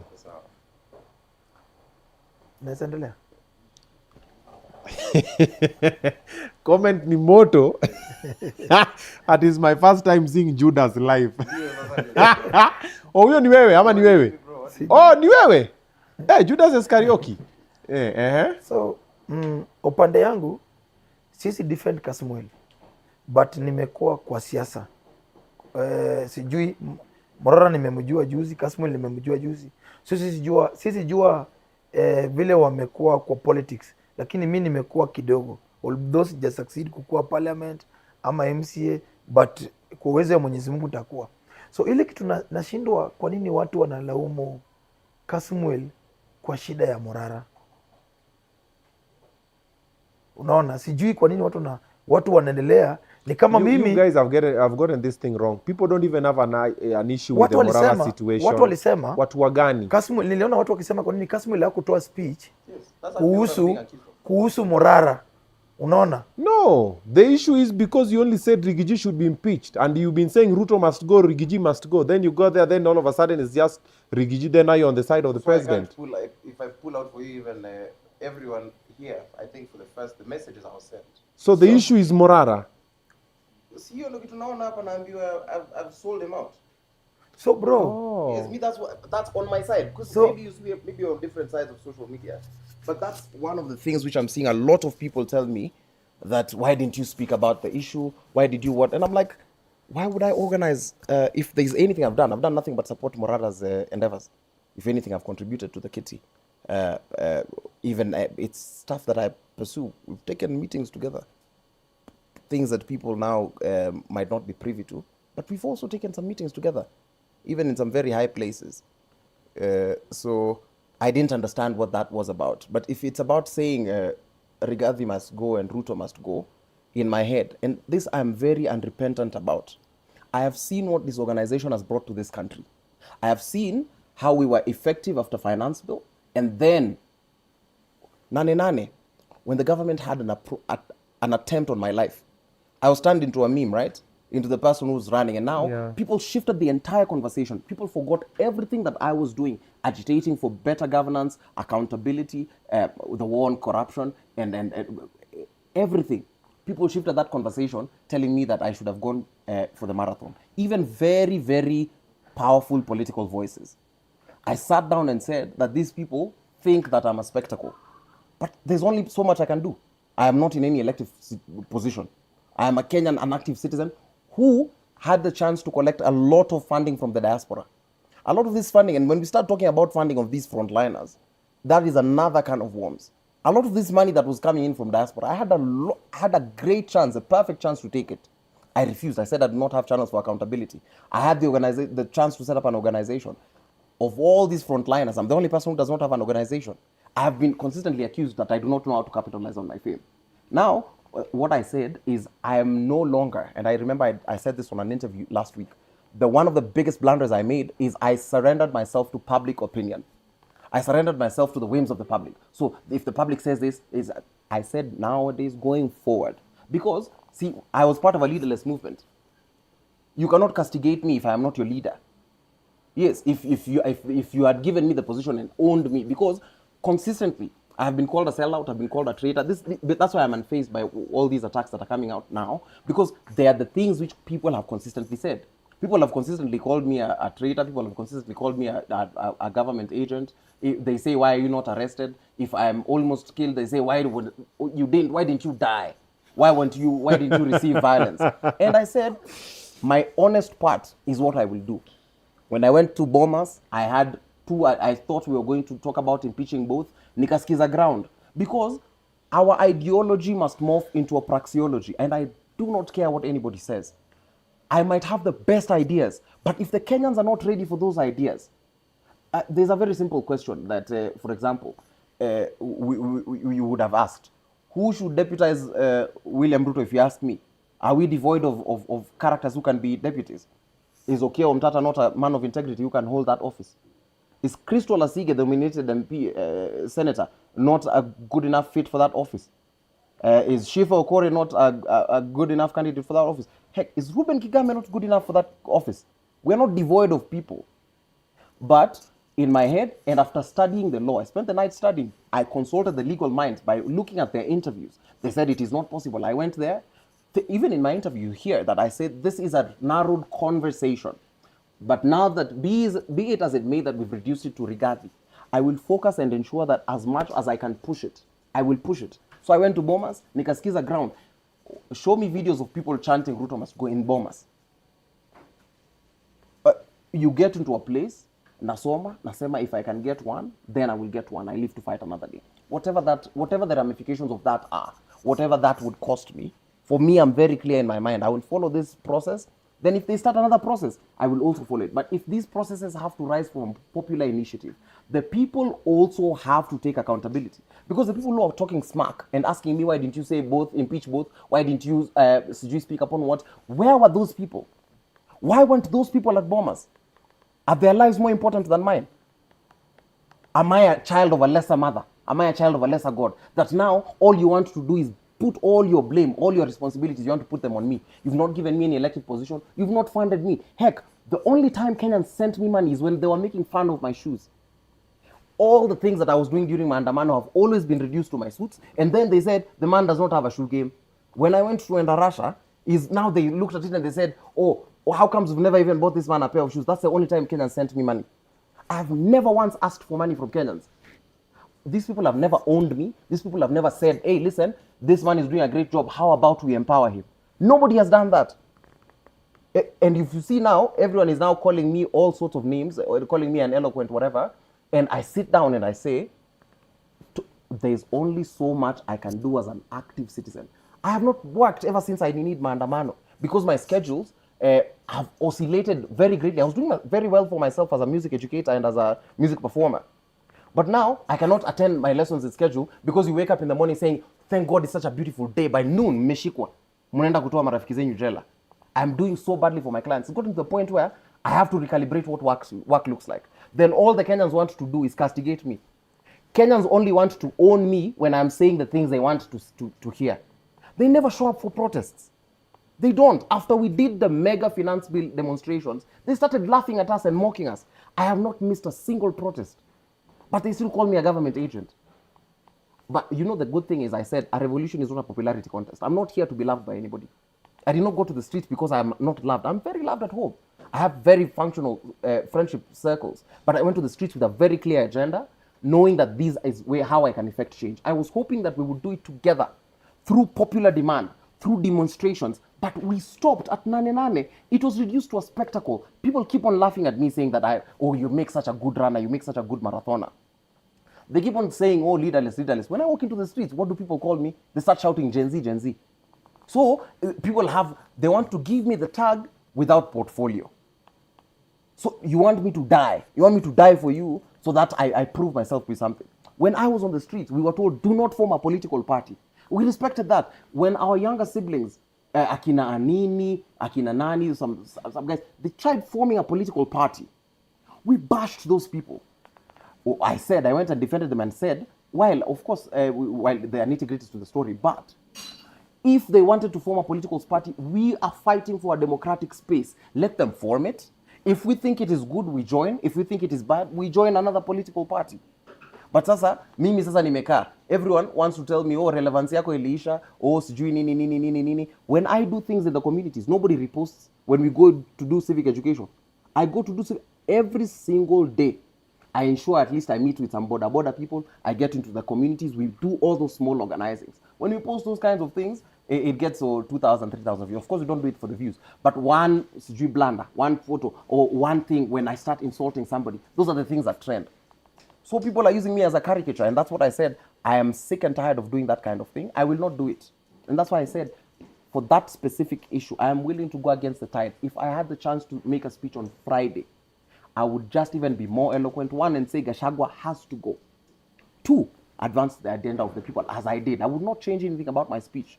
Once, if anything, hold your member of parliament accountable. Why are you cussing me? I see people side with people who, there's a member of parliament who called me my son, telling me spirits are transferable. And she vied on Ruto's party's ticket. She didn't even have the chance, the decency, to vie with a different party, a progressive party. No. The people who sold us this government, now they want to get into parliament, pass Chief and Shah, and tell us they don't understand it, then come out here and be activists and start guiding me. You know, I can't accept it. I can only do so much as a man. So now what I've said is I will drive the agenda of change the best way I know how, in a way that ensures that as many people benefit from the good, and I also preserve my sanity and my mentality. If that means being cancelled on social media, so be it. I honestly, I'm very clear in my mind about where I want to go. I'm very clear that I have never shied away to say that I am organizing to take political power.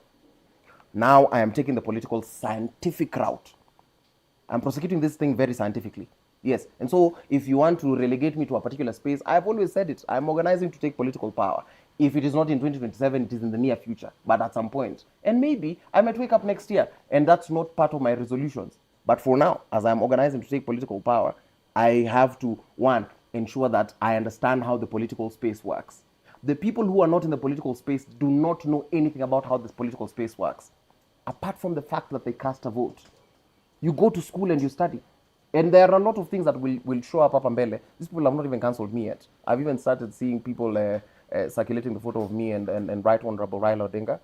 I will continue to sit at the feet of the people who've gone before us and ask the pertinent questions and see how can I continue to agitate for change in a sustainable, organized manner that ensures we protect our democracy. But if you want to cancel me because I'm not saying whatever it is, what democratic space are you fighting for? It's a democratic space I'm not interested in. I'm interested in protecting the integrity of our democracy. Alrighty. We umeisema ukaisema yote. We have 5,500 people watching this live. Yes. They have very different opinions. Yaani unaongea na bado hata kuna tu wale hawasikia hata kitu unasema au wako tu hapo unaandika tu vitu zao. Ni sawa. Watu wangu pia wameshindwa kuweka a very simple poll. So nyinyi mwende Gold Child Media Institute, mwende mfundishwe kazi yenyu hapo. Yaani wale wamejifunza kamera juu mtu mwingine ameshikilia kamera. Na Hunter ameenda wapi?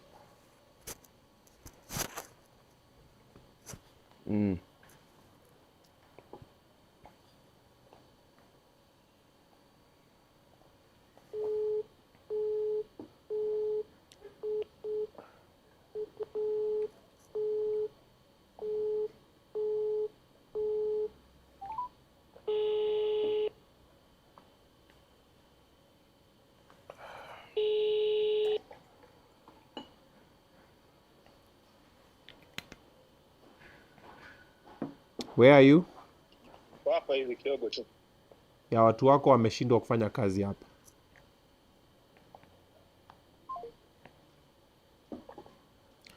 Haya.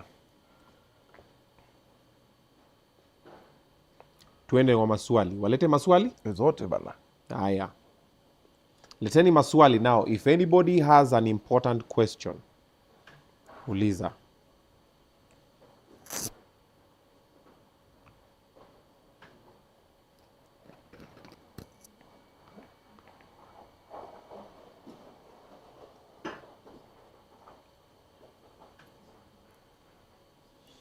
Mbona mpendi Gachagua? Now to you. For him, we already spoke. But why do you want Gachagua out? Why is that a question? Because you see, this is the duality that and the hypocrisy that we talk about Kenyans. Kenyans are now trying to ask why Atupendi Gachagua. Is it not obvious why we do not like Gachagua? Does he not foster tribalism? And I don't want to belabor the point that my brother Gaucho said, that you cannot come to the central business district and address people in your mother tongue, and even chant Harambe, and then you ask people Musiguze Murima and you go to Githurai and those kinds of things. This is a kind of backward mentality that I'm saying.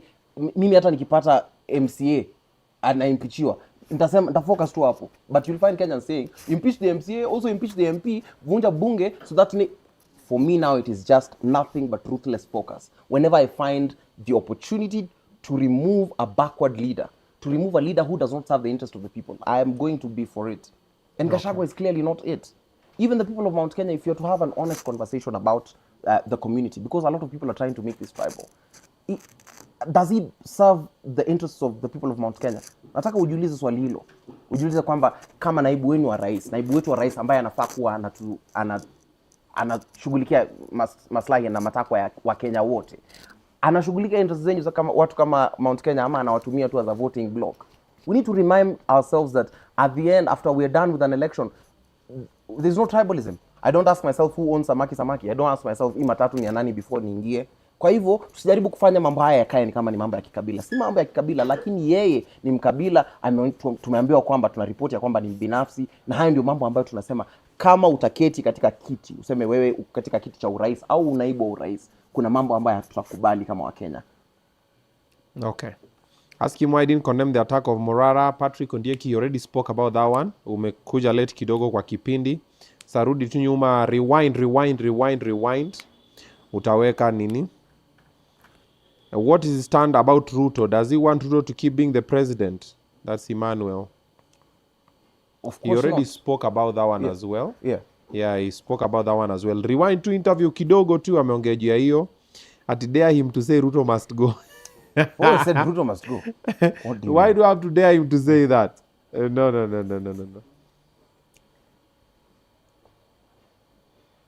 Guys, you have not been watching the interview. We already spoke about all these things that you're saying. Or are you joining Inject Party by Morara? I'm not yet decided, because it's not yet a party. They've reserved the name. Okay. Yes, so the conversation is still premature. But it's something that I'm open to doing. Why wouldn't I join Morara? He's doing such an amazing job. He's proven himself to be organized. We might have some differences, and those differences have to be addressed as we progress. Okay. But there are minor differences. Yes, there's nothing wrong about Inject Party. Harry, Obinna will disown you as our own. Harry, who is we? When in nani? Just say I. And then, please, bye Felicia. Just own it. Okay. So there's something that does not sit well with me on the digital space. When you dislike something, speak for yourself, say it with your chest. Usikuwa unakuja na hiyo crowd mentality. Unajua sisi tutaje. Sema wewe. Alafu sema na utende. Si ndio? Sisi unasema na una watch na umesubscribe. Aya. How did he feel watching Morara? He was not in the building. He already said it. By the time I was getting in, that already happened. He was not there when that was happening. Okay. His opinion on Shah and Schiff. Yeah. I've consistently said that these things are sham. If anything, I'm the one who recorded Okia. I was in Senator Okia Omtata's office, where he has this big booklet, and the man is such a dedicated man. I've not seen a better statesman in the political space in recent times that I've interacted with than Okia Omtata, especially a person in I've this wanted current... to host him here for a long time. And He's always very busy. A brilliant man. I hope you get the time to host Senator Okia. One, he's very good with information. Two, he's very selfless. You will see a different... Kenyans need to sit down with Senator. So I was in his office, and I even recorded, and we even have a 4-pager, a very easy media release. She and Shah, the sham, whatever it is nothing. Why did we need... NHIF walisema they only needed 74 billion to upgrade. Why did we need... Was it million? 704 million. Why did we need to upgrade for 104 billion, was it? Why did we need to... That's entrepreneurship. I have always made it very clear. Again, why are you asking me these things? And you have a mheshimiwa. You have a mjumbe to parliament. But you want to outsource this because you despise people. Now you've made it my responsibility. What role have you given me and I have failed to deliver? You have a member of parliament that you don't care when they see me calling out their member of parliament. That, for example, when they saw me call out Honorable Wamushomba, they started telling me, oh, she's been fighting on our side. I'm saying, what do you mean fighting on our side? How blinded can you be that you think your MP is an activist? Your MP is supposed to represent your voice. Talk to your member of parliament. Tell them that you do not want Chief, you do not want Shah, and whatever other sham that they are propagating. I can only do so much. The best I can do is tweet about it, go to the communities, collect the views. But then the Kenyans are very funny that when I get the chance to say it to the member of parliament's faces, I've never met as many members of parliament. Maybe when I was a baby, when we went to parliament for a trip in primary school. But when I get the chance, they call me a sellout. So you also do your part. And I'm here to say, do not care for popularity. Do your honest part. Let me do my honest part. Sisi wote tubadilishe Kenya. But this thing where you want to delegate this to me as a young person, and you want to idol worship and hero worship an MP who keeps on passing punitive laws, I think he lazima ishe. And that's why I keep on saying I am unapologetic and I will take a very unpopular path. Until the time when now I will be in public service, until we organize this country, I will take the safest path, the most effective path, the most educative path, but the path that benefits the most people around me. That's what I'm interested in doing. And I'm saying this, I'll do, whether I'm called whatever, if you call me a sellout, if you call me what, I will do it to the end, to the logical end, the way I have it in my head. Because the bigger picture, and unfortunately, the vision is only in my head. So sometimes we might disagree. I do not have to explain myself to people. That I will not do. Okay. Yes. Gaucho, tukimalizia, wewe na support mambo ya shifts, ndio? Chief. Hiyo mambo ya new health model, social Si health shift, social health insurance fund na SHA na shift. Hiyo si support. Lakini sasa wacha wailete tuone, but mi si support. But wacha wailete tuone. Haya. Last words from Gaucho. Kwangu nilikuwa nataka kuexplain tu kidogo kwa youth ambao wameingia kwa siasa kwa jumla, si Morara peke yake, lakini kwa vijana ambao wako kwa Kenyan politics, wale wanakuja na wale wako ndani. Ile extent ambayo niliona kwa ndugu yangu Morara, na naweza mwambia na naweza ambia kata Kasmuel ya kwamba ukienda kwa mkutano ambayo ujamobilize na ujui wale wamejipanga aje huko ndani, lazima ukuwe na advance team yako ambayo wanakuadvise, enda mapema, kuja late, ama ingia kama watu wajui huko ndani, na wapie kama tayari wanastuka huko ndani, umefanya kitu nafanya na unatoka. Lakini ukienda alafu unataka watu walaumu hao watu wako ndani, umeenda na ajenda yako na umetembea na watu 5 ama 6, ni kama either vile Glen Washington amekuja wakina ready sana wasa perform, hasa wanangoja Glen Washington anakuja amalize kwa podium. Ndugu yangu, au youth ambao unapiga unawatetea ndio watakupiga, na usipochunga watakuua na utabaki kwa historia. Kama mimi mwenyewe niko kwa ODM na support Raila, na iko mkutano zingine nikiitwa na mtu wa chama na either niende mapema ama nitume watu waniambie ni nani, kwa sababu hii si crusade ambayo watu wanahubiri mambo ya Yesu, nataka kusikia hiyo injili iko aje. Hii ni politics. Mtu akikualika, Obinna akiweka mkutano yake, ama mimi Kasmuel aniambie ndugu yangu niko na mkutano, ama mtu aniambie Kasmuel ako na mkutano, alafu naingililia tu kwa sababu mimi ni popular, utaumizwa jujui nini imefanya hii agenda, hii mkutano ni ya nini, agenda yao ni gani. Ukijua ya kwamba hauna mtu hapo, na hata wale nasema ya kwamba wale wanalaumu ya kwamba hiyo nini ya Bomas haikufanyika vizuri, kama walikuwa napenda Morara kwa kweli, Morara angeenda na 100 people pale, wangemngoja pale Bomas waingie na yeye, lakini walimwacha aende na watu 10, watu 6, alafu nataka kuleta vita, unataka kwenda kurarua karatasi ambayo hao watu wamesign, wao watu wameweka hiyo karatasi, si wanawake ni wanaume, alafu natarajia utoke hapo vizuri. So iko vitu zingine watu wanalaumu, wataki kuambiwa ukweli, lakini world ya politics ni world ingine dangerous. Usione ya kwamba wewe peke yako ndio nini. Hii si mambo ya eti harusi. Hii ni kitu unajua ya kwamba maadui wako wanakuwa wengi, si eti ukishangiliwa juu tunafikiri hao watu. Mimi naingia club, nikienda club ama mahali nikiona watu 5 wananisalamia ama watu 10, sasa Gaucho unatupigania sana. Kwa hao watu 10, watu 4 hujui kitu wanakupangia ama hujui kitu wanakufikiria. Saa zingine iko mtu wao ambao unatusingi sana, sasa nakuchekesha hapa na nakuchorea. So kwa watu 10 na hiyo, hata naambia ndugu yangu Kasmuel, ukienda mahali upate watu 20 wanakuchekea, jua kwa hiyo watu 20, watu 5 ama watu 7 hawako na wewe, unaona. So usifurahi, lazima upige nini. So mimi nasema kwa vijana akina Morara na wengine ambao wanakuja, mimi na condemn kijana youth wanafaa wasapotiane. Ya mwisho, ni ya kwamba mimi ningeomba ili change kuwe Kenya hii, tuwache blame game. Hii kitu inafanyikia Kasmuel hapa. Mimi kwa wakati ilisemekana ya kwamba nimepiga picha na Mudavadi kwa matanga ya baba yake 2019 wakati mama yake alikufa, nikapiga na wetangu la picha ikisemekana waliiba si gold nini, nikienda kumchukua airport. Hizo picha za mamani zilichukuliwa zote zikawekwa. Tukapiga picha na Umanga 2020 ililetwa wakati ya maandamano, wakasema ndio hizo picha Gaucho amefanywa nini, amenunuliwa. Wakasema bibi yangu amepewa 30 million, Gaucho amepewa kazi na V8 na nyumba amebaiwa. Ndugu yangu, mtu ameshika mita moja, niseme tu kama watu wanajifanya nini. Huyu Kasmuel hata ukimwangalia hivi ndugu yangu, huyu ni mtu akona hata rufu ya mita kwake. Hata mtu tu unataka tu kutusi mtu. Hiyo wakati watu walikuwa wanaandika, kwanza Wajaluo wetu walikuwa wanaandika na kizungu kubwa kubwa, you are a sellout, wewe ulisausa, umetumia baba nini nini.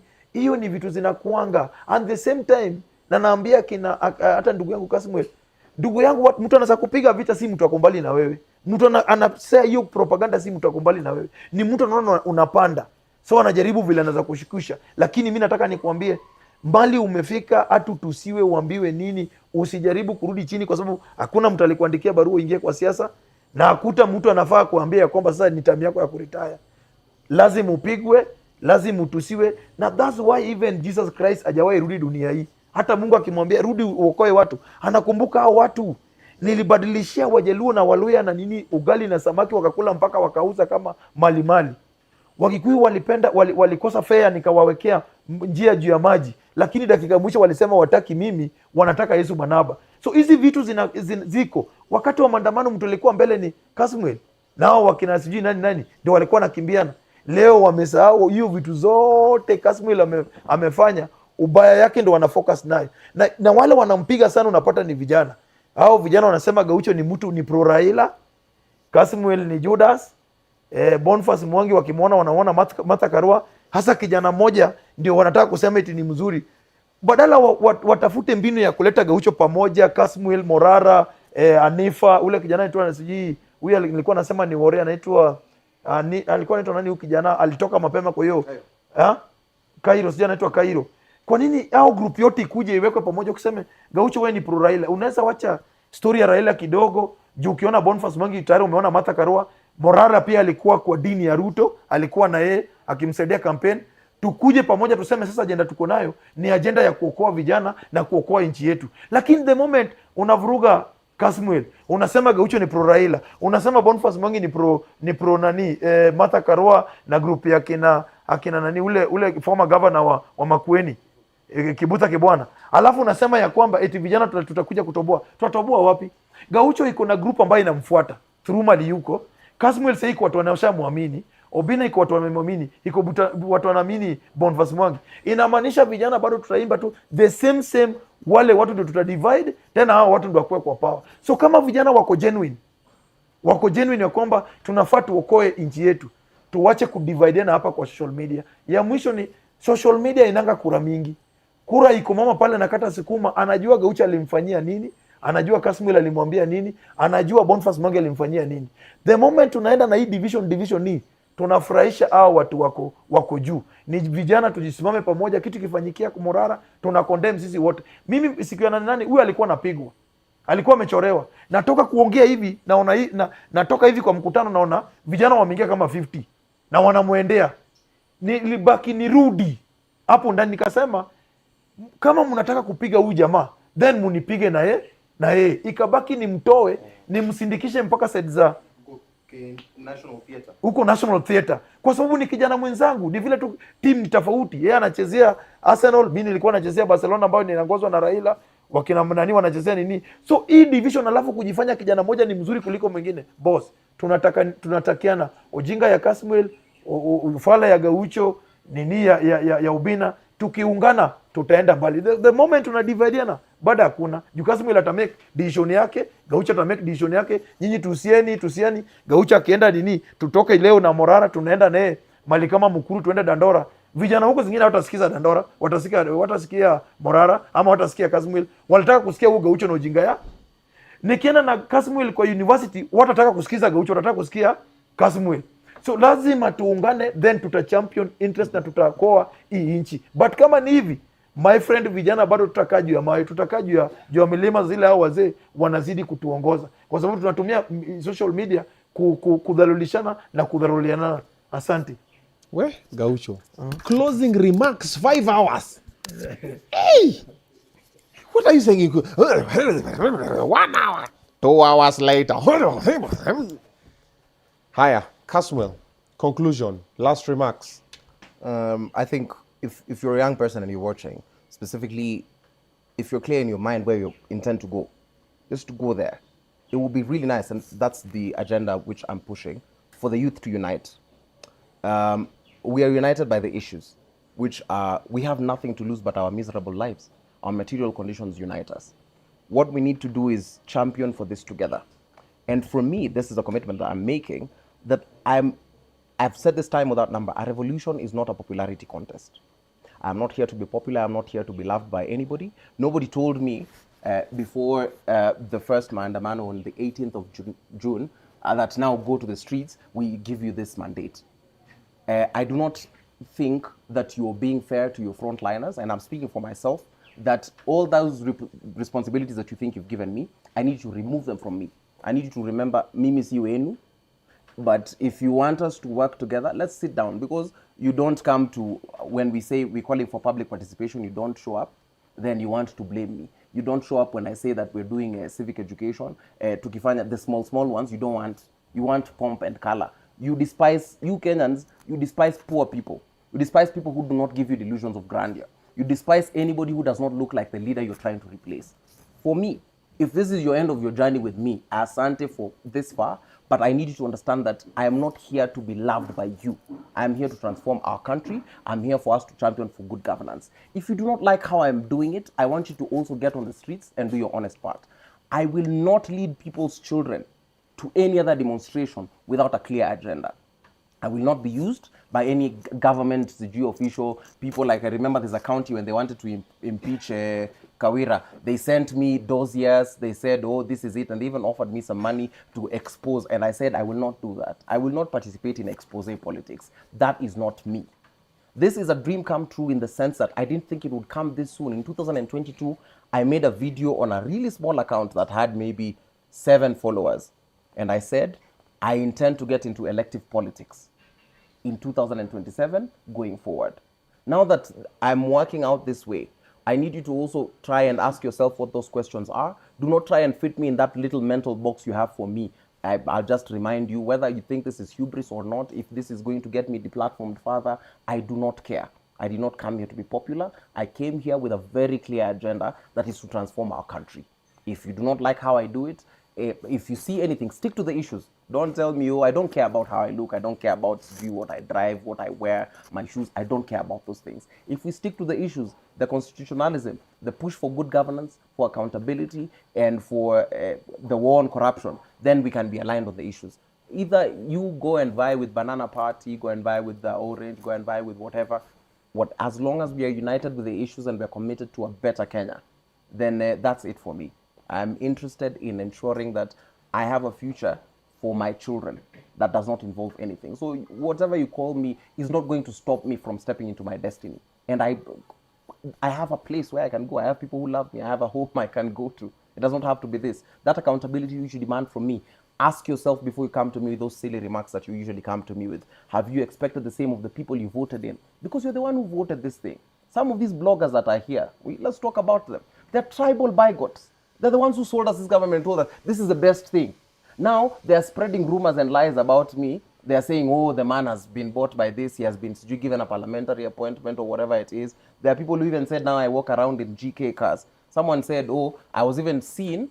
I was in an accident. And something told me, record that video, that I was involved in an accident with a GK vehicle. I was inside on 5th Ngong Avenue the day that we were in court for Morara. Does this, I was 1 car behind. Does this look to you like a person, like I was in the vehicle? If you play that video, does it look to you that I was in the GK car? Oh, this, you're the one recording? Yes. Yes. So no, najiuliza leo ni siku inakaaje. And in my head, I don't romanticize death. I do not post these kinds of things. But these are the things that Kenyans want to see. They want to see gore. They want to politicize children's lives at Endarasha, and they want to call. I'm happy for you to call me a sellout, but I will fight for the stability of this country, for the integrity of its democracy. Where the government is right, I will say the government is right. If you want to use, you open your thing and advance your own propaganda. Where the government is wrong, I will consistently call out this government. But for me, I have vowed that I will stick to the issues. Whether or not that pleases you, whether or not you want to say that I have been paid, that's totally upon you. Alrighty. There you have it from Kasmuel and Gaucho. Where? The comments are on fire. The poll is over there. We're now at 3,964 votes. We put a poll over there. Do you want to impeach the president alone, the vice president alone, the deputy president alone, the president and the deputy president, or none of the above? 76% is saying the president and his DP. 9% the DP. 4% the president. 11% none of the above. But this is very easy. As your mbunge, tell them what exactly it is and push them to parliament and ask them to do it. Don't expect me to go to the streets or expect me anytime I see a microphone to say those chants. So alleged that the guys for the parliament have been paid. Mimi wanakaanga hivi, wananiangalia from their offices. They look at me over lunch break and say, ha, sell out traitor, after when they're on their way home in their matatus. I don't deserve to work in this country. I don't deserve good healthcare. Then Mimi, I'm just born for the streets to go and run. You belong in the street. Yes, I belong to the street. No, I'm taken down. baby, sorry. We didn't mean it like that. We didn't mean it like that. But people look at me and think that maybe I was relegated for maandamano. If you're serious about it, come and do those things. Because we are leaderless. Yep. Yes, you just go there. Ama, if you have a leader, you talk to their leader, talk to your leader, mwambie apeleke petitions. But mimi vile nimesema, because there are people who believe in me. For those people, I will represent their interests the best way. And now I'm even exploring very unpopular channels, where if it is about police reforms, why do I need to go and throw stones at a police station and I can sit there with the OCS and ask for that accountability? For me now, I'm looking for a more diplomatic route. But that's what I've been doing. Yes. Like myself, I'm going over there, I'm trying to tell the police, hey, yo, we don't have to fight, And man. that is what we will do, Obinna.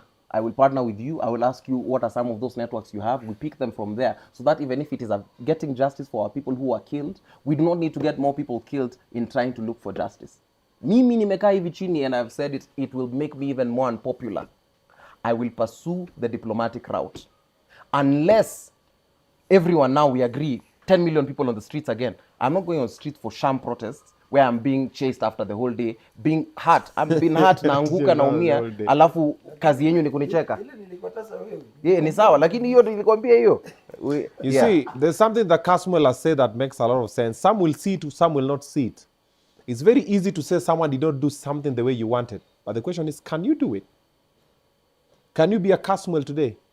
I've been telling everybody today, let's all be Morara. I'm Morara. I want you to be Morara. I go to places, I meet these governors, and I sit down with them on this show, and I'm like, yo, you promised the people this road. What happened?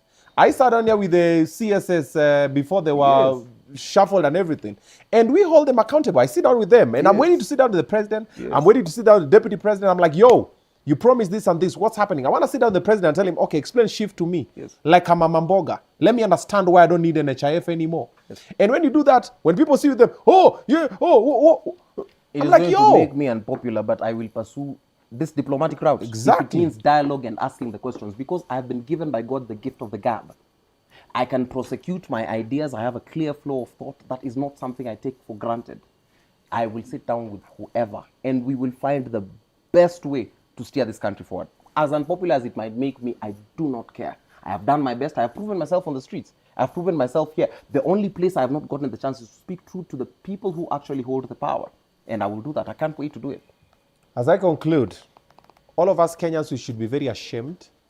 We let Morara down. I spoke about it on my platform the day he was assaulted at Bomas of Kenya, and I'll speak about it again today because that's what I do. I always say how it is.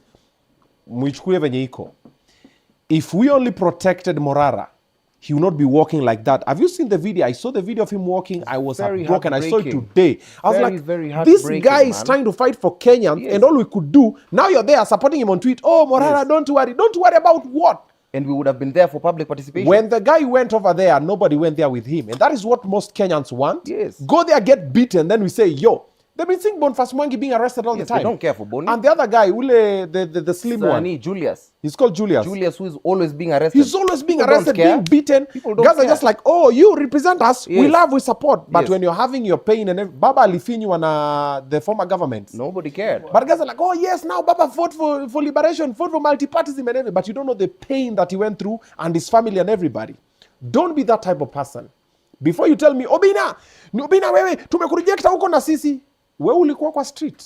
Tukikula tear gas pale nje parliament. Wewe ulikuwa. Aya, sasa tunasema tunaenda, unakam. Don't be an online warrior. You are very powerful on the digital space, insulting people, disrespecting people, because they are not doing what you want them to do, but you don't have the balls to do them. Do them. If we say we are going out, like right now, a lot of us are not happy about whatever is happening. We say we are going out. Bring yourself. Don't bring yourself on Twitter. Then you come and say, you guy, No. Lead from the front. And when we have people who are leading from the front, let's support them. I see people talking shit about Morara. I'm like, you guy, what do you mean? This guy is going to expose projects that the government has promised to do and they've not done them and hold them accountable. It's like, yo, this road, they put 1 billion. Where's the 1 billion? And then guys are still going there and saying, government project, da. I'm like, yo, he goes to some places, you want to rough him up so that you're paid 50,000 shillings. And what of your children? Your children's children? Where are we going as a community, as a society, as a country? We are lost. And if you keep going this direction, me, I'm getting to that point where I'm telling you guys, Manega, you get some money on the table, take your money and step. Because now you're going there, you're getting beaten, and then you come this other side, you get insulted. I'm like, what's happening?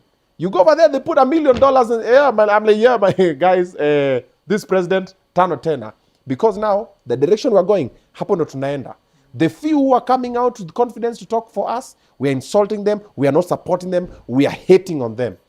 And the ones who are taking advantage of us, we are over there, hey. I'll repeat it again. When it gets 2027, bring your vote, but bring your brain with you. If you leave your brain at home, we'll be back here again 2028, 2029, 2030, 2032, same story. But me right now, hii story yo unafanya bro, you have balls. You guys have courage and balls. Keep doing it. Me, I'll do it on my platform. I'll do it over here the way I can. But right now, me, I go get beaten up with some goons who have been paid by some politician. Who am I going to leave my kids to? Yeah. So that I can come here to Kenya and say today, Obinna for president. Tomorrow, Obinna, you're useless. Obinna, we're rejecting you. I ain't doing that, bro. Yeah. Yes, I'll sit over here. I'll expose. I'll talk about it. I'll say, hey, Chief is a scam. Yes. I don't like this. I don't like affordable housing. I don't like this. And when I sit down with the president, I'll go like, yo, what's up, my G? What about this? People don't want this thing. Like now, if I sit down with the president, I'll go to the president and tell him, listen, people want you and Gachagua to go. Why are we only saying Gachagua? And we'll talk and tell me, oh, you know. And I'll sit down with Gachagua and I'll say, why are people saying you are tribalist? That's what you're peddling. And why do you think you're the only one who's going? And you are the neck. People are saying, oh, the head is remaining. I'll sit down with him and talk about it. If I sit down with Sakaja, I'll also tell Sakaja the same thing. Why is Nairobi not functioning? Why is this not happening? I'll hold them to book because that's what I do on this platform. Then now we have other people who don't have this platform, but then they're foot soldiers. Gaucho and the rest, they'll do the foot soldiers' work. Then you have other people, the rest who are now watching. Get your voter's card. Let's do what is responsible.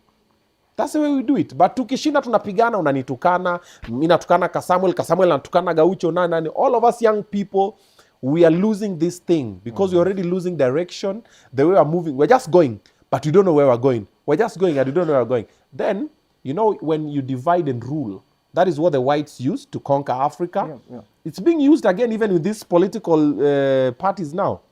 They'll call you on the side, they'll kimbiza you the whole day. Gaucho will be told, you sit down, your party leader has not said this and this and this and this. Boniface will be called on the other side and told, they'll take him, frustrate him, take him to jail, put him there for 1 month. They look for Julius again, do this. While they're doing that, the rest of the guys say, hey, wameshikwa, let me disassociate myself. Yes. And then the same people rule us 10, 20, 30 years to come. But where are we going? Like on a serious note, guys. Seriously, where are we going? Sorry for the rant. It's been real. It had to be said. It's been real, guys. Yes, man. Now I want to go to good vibes. You know who I'm hosting next? Glenn White. Washington. Hey. Yo, man. Me going straight into Jamaica, man. Rastafari. Strangers in the night. Allah. Yeah. The moon. Na na na na na na na. Watagwan. Thank you, bad man. Ja blessings. Yanuose. Oh. Yeah. So you move like this so I can sign out. You know I've not even signed out. Gaucho. So I even on the sign out. So me see you guys in the next 10 minutes with the one and only Glenn Washington. Straight out of Jamaica into Obinna show live. Rastaman is a peaceful man scene. Rastaman cannot die. And if he dies, he can never rot. And if he rots, he can never smell. And if he smells of what? Managu. Boop, boop, boop.